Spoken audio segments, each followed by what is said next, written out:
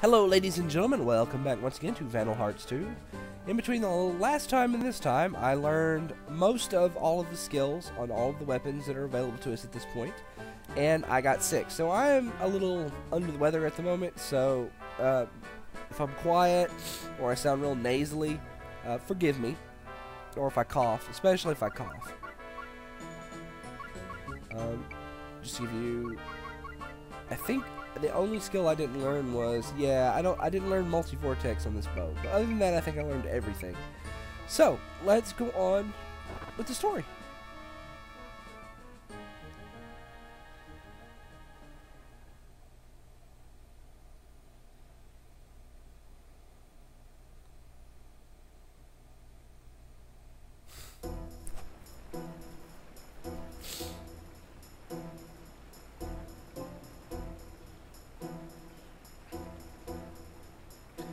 One of the things that I really have against this game, honestly, it's not really, okay, yeah, I'm not a real big fan of the whole,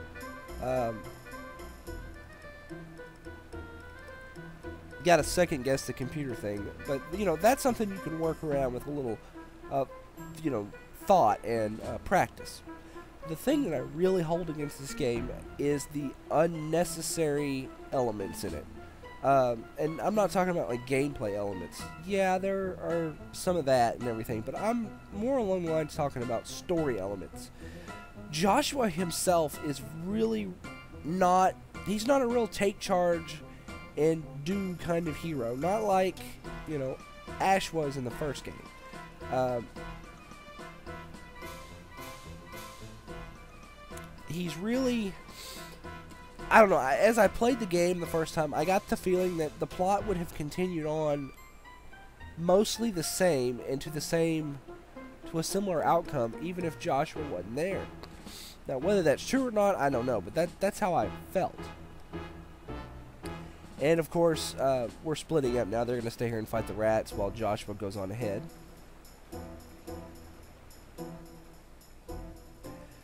But, you know, this prologue is a perfect example of what I'm talking about. Just so much unnecessary stuff. This prologue is like, it's taken me 5 hours to complete. Now, granted, we'll say that an hour and a half of that is just, you know, me being me. But I really didn't do any extra battles until just right before this one, to learn all the skills. I went straight through. But the scenes in this game are so long. So much talking. So much political intrigue.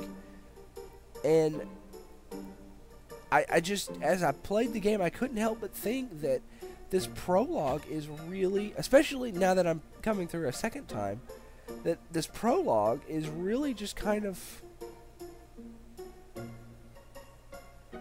superfluous. I mean, yeah, it sets up some stuff. You know, it does set up Joshua's motivations and why he does what he does and what he's doing in the first chapter and when we get back with him again. But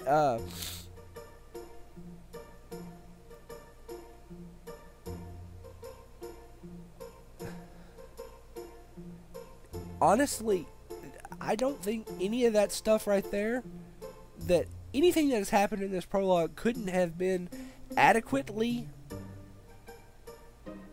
covered later on in the game. I mean, we should have started in chapter 1.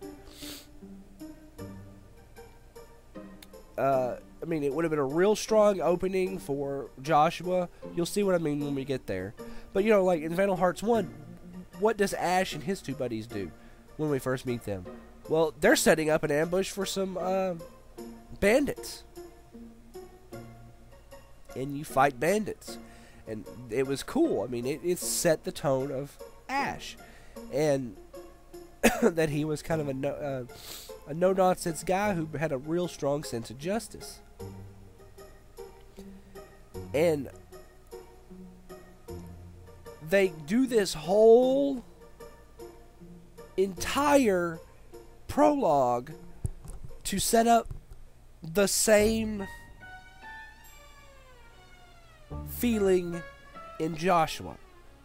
Like, different, he has different feelings. Joshua wants to live free. He doesn't want to be controlled. He doesn't want his destiny dictated to him. He wants to go out and make his own way in life.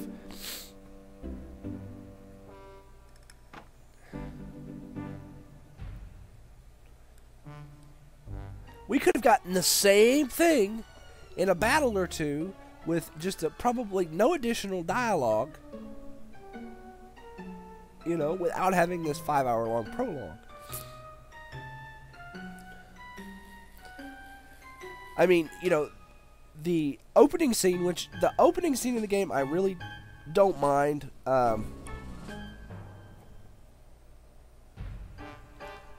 The one where the Blood Knights are burning down the village, because that sets up the Blood Knights, and it's kind of irritating because it's kind of a cool bait and switch where you expect the Blood Knights to be looking for a fugitive, Nicola to be a fugitive, and then they're here and they're going to burn down the village, and you think that's going to be Joshua's motivation, but no, Nicola's actually in league with the Blood Knights.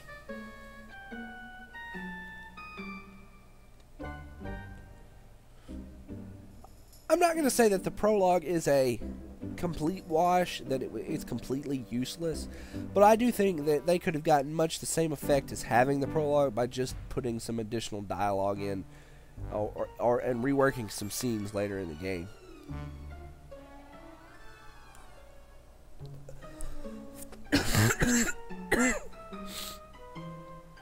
There's Jameer.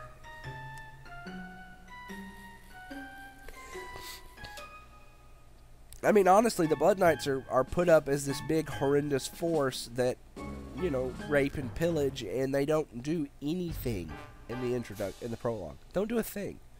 I mean, discounting that scene at the very beginning where the game opens up to.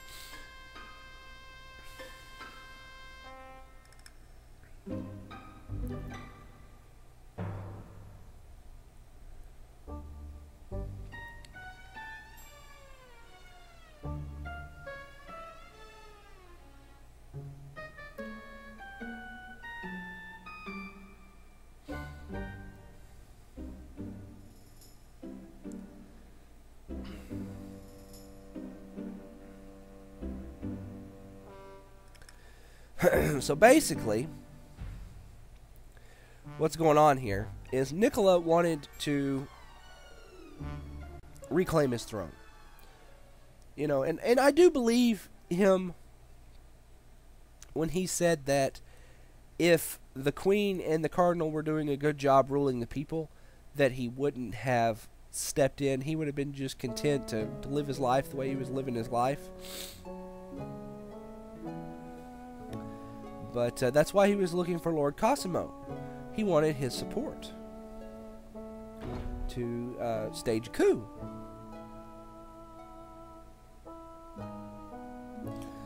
Well, when Lord Cosimo told him no, well, he had a plan B.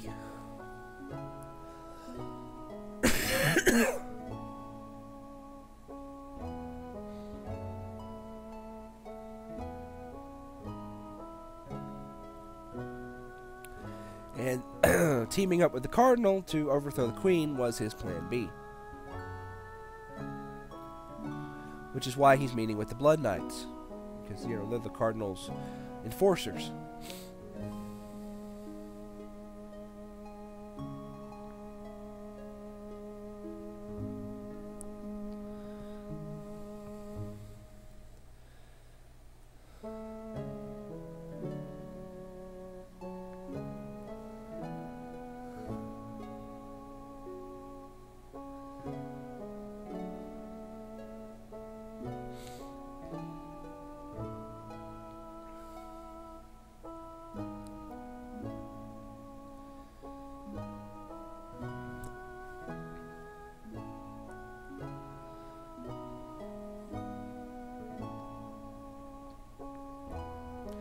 I do like the tone of this conversation, though, the whole, it's easy to be idealistic when you're a child, but when you're, when you reach adulthood and you want to do idealistic things, sometimes you have to make compromises.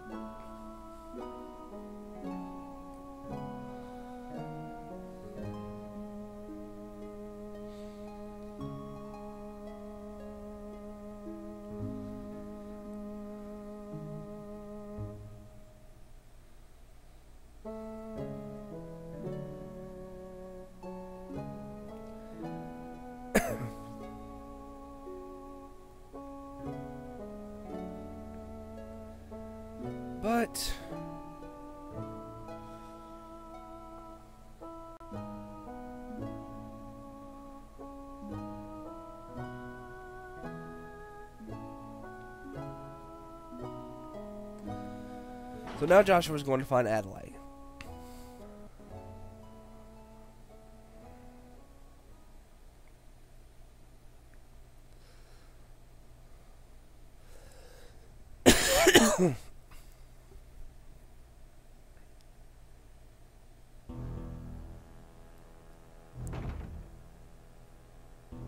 And I love this line right here. I ended up in another room. That's typically what happens when you walk through a door.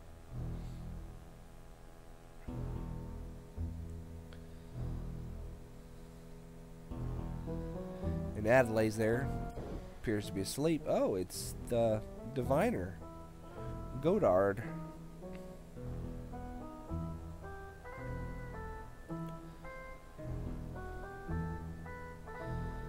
Like I said, there is absolutely no one in any video game I have ever played who is more obviously a bad guy than this man right here.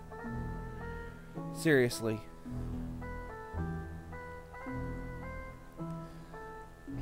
He looks a little bit like Rasputin, like the Mad Monk.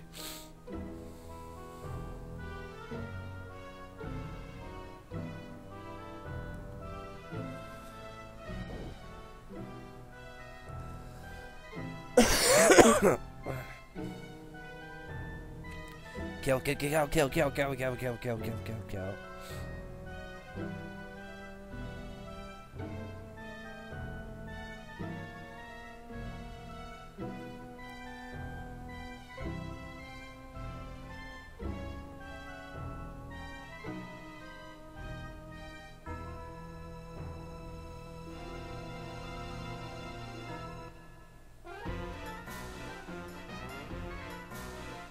Well, now we're on a one-on-one battle, death battle with Lord Cosimo. This is a pretty easy fight. Let's see.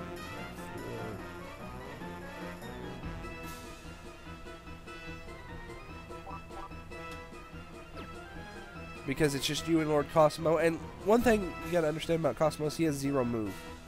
But he can hit the entire screen with his spell. Here, I'll show you. He has got Dark Circle. It hits 1 square. You'll see what I mean. Let's see. Oh man, I'm 1 short.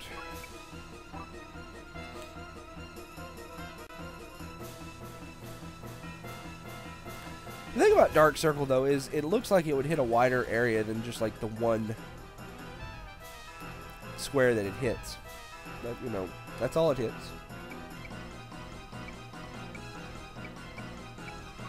As long as you move every turn, he can't ever hurt you. But anyway, if you come here, you can find an herb. It's the only hidden item in this map.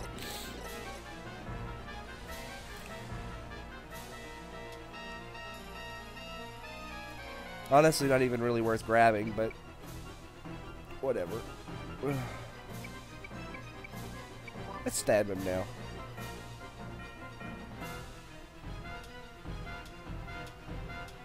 Stop! I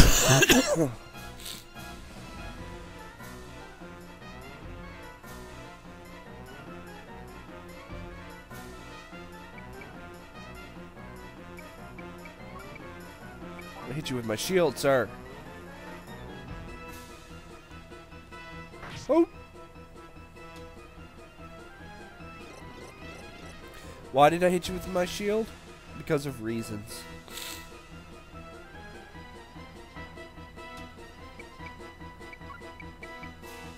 Actually, I'm gonna stab you now.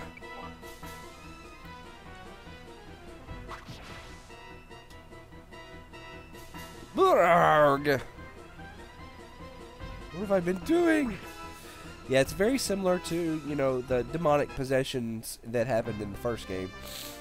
But we get no money for completing this map. And all we really got is an herb. So, if you lose that battle, then you should probably put the game down. Go play something else.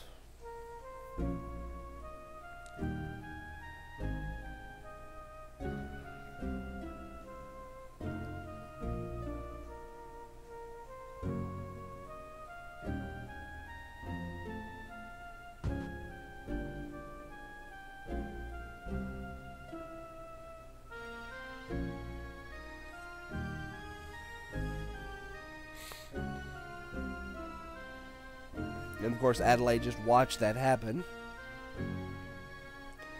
Even though she wasn't there during the battle.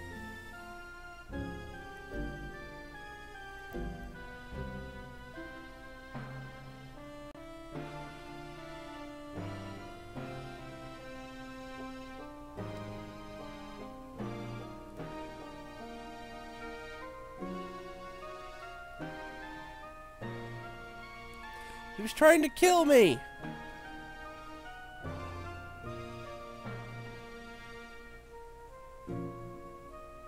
For what reason?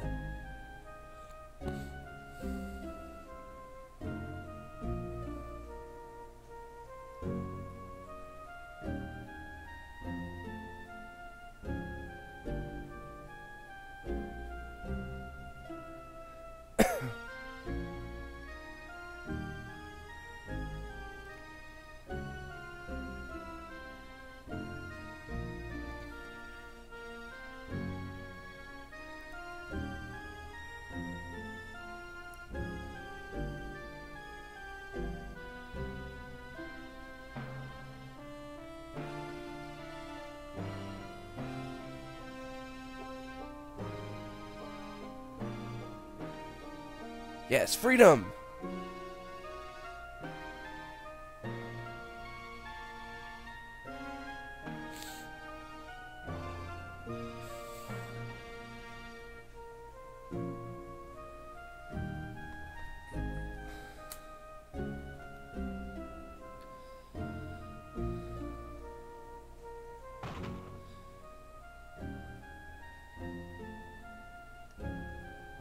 Well, the old man tried to kill me, so I stabbed him, then hit him with my shield, and then stabbed him again. Tried to explain to Adelaide what was happening, but she seems to be a bit hysterical.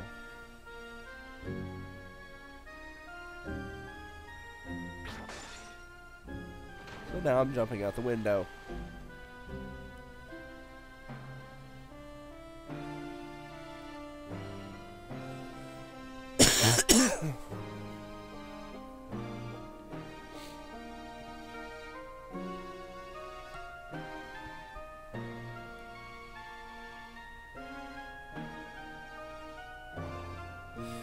And that line right there is actually very good, because if you think about it, up to this point, we've killed no human people. I mean, no human enemies. Every enemy we fought has been a monster.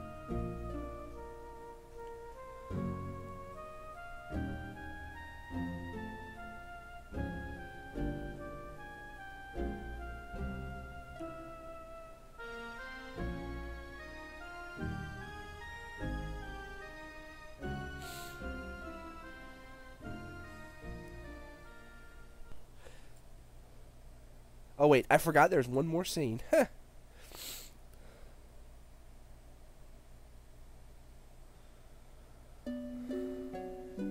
always forget about this scene.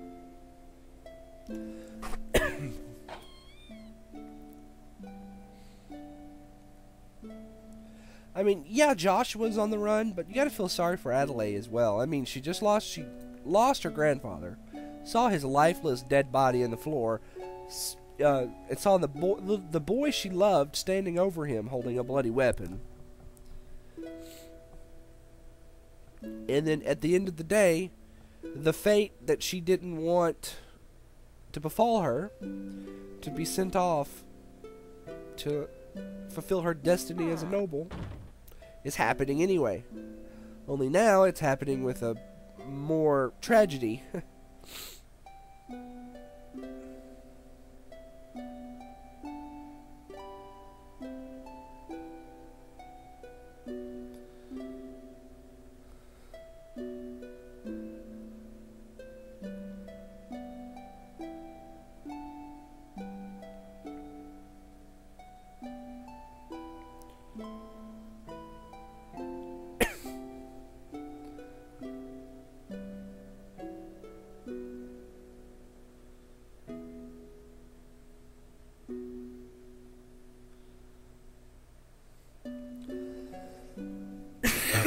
Anyway, so now that's the end of the prologue. I'll see you guys next time in Chapter 1.